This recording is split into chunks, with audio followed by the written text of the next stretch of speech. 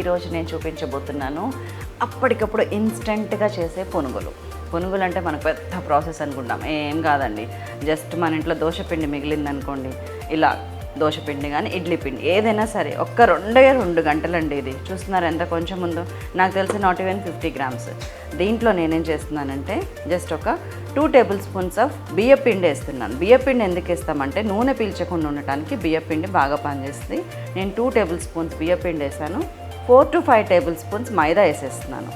And just కొద్దిగా ఒక చిన్న ఆనియన్ ముక్కలు అండ్ కొద్దిగా కొత్తిమీర అండ్ కొద్దిగా కరివేపాకు అండ్ కొద్దిగా అల్లం తరుగు. ఈ అల్లం తరుగు వల్ల టేస్ట్తో పాటు మనకి తిన్నది అరగటంతో పాటు ఇంకొక బెస్ట్ టిప్ ఏమంటారు, సీక్రెట్ ఉంది. ఏంటో తెలుసా? అల్లం వేస్తే మనం ఏదైతే వేస్తామో అవి మెత్తగా వస్తాయి. గారెలు అవ్వచ్చు, పునుగులు అవ్వచ్చు, పకోడీలు అవ్వచ్చు, ఏదైనా అవ్వచ్చు. అల్లం తగిలించి చూడండి, దాంతో మెత్తగా వస్తాయి. అండ్ పచ్చిమిర్చి ముక్కలు జస్ట్ ఒక 2-3 వెరీ లిటిల్. అండ్ దీనిలోకి ఒక 1/2 teaspoon ఉప్పు వేసేస్తున్నాను.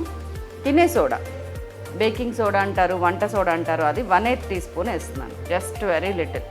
అండ్ ఒక 1/2 teaspoon జీలకర్ర. నేను బియ్యపిండి వెరీ కొంచెం తీసుకున్నానండి. 2 గంటలు అంటే 2 దోశలు మందం తీసుకున్నాను. దానికి ఇవన్నీ మీరు 1/2 కిలో తీసుకుంటే 1/2 కిలో వేయండి. అండ్ ఈ పునుగులు నేను 4 పెడతాను.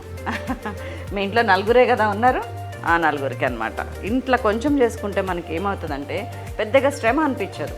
కొద్దిగా వామ్ వేసాను, 1/2 teaspoon. దట్స్ ఆల్ అండి. దీన్ని మంచిగా కలుపు. ఇప్పుడు మీకు నీళ్ళు అవసరం పడతాయి కదా, కానీ నీళ్ళు ఇక్కడే అసలు సీక్రెట్.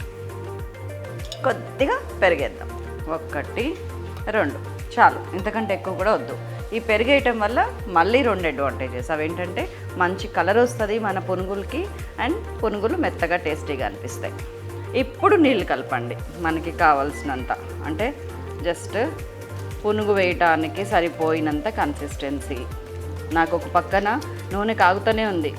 తెలివిగల ఇల్లాలు ఎప్పుడు ఏం చేస్తుందంటే ఇవన్నీ కలుపుకునేటప్పుడు ముందు నూనె పొయ్యి మీద పెట్టుకొని ఇవన్నీ కలుపుకుంటుంది. అండ్ మీరు అందరూ ఆ తెలివిగలాలే, నాకు తెలుసు. ఎక్కువ లూజ్ ఉండకూడదండి. ఇదిగోండి ఈ కన్సిస్టెన్సీ.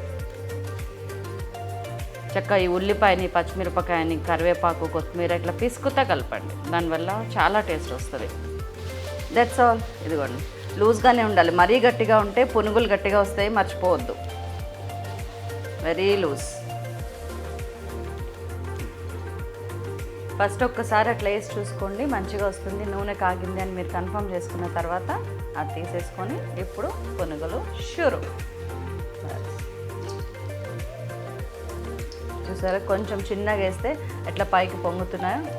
Wow, that's all. ఎంతసేపు పట్టిందండి మనకి? కలపడం 5 నిమిషాలు, వేయించడం 5 నిమిషాలు. కలిపేలోపు నూనె కాగిపోయింది హై ఫ్లేమ్లో. కానీ పిల్లలకి మాత్రం ఫీస్ట్. రౌండ్గా వస్తేనే పునుగు, నాకు వంకర టింకరగా వస్తాయి ఏది అనుకోవద్దండి. Taste is very important. రౌండ్గా అవే వస్తాయి తర్వాత. ఇదిగోండి ఇట్లా మంచిగా ఎర్రగా కాలుతుంటే కొంచెం కాలని వాటిని అటు ఇటు తిప్పుకుంటూ ఉండండి. ఇట్లా మనము స్పెండ్ చేసే 5 నిమిషాలు మనస వాచ కర్మన చేస్తే ఎవ్రీథింగ్ పర్ఫెక్ట్గా కుదురుతుందండి.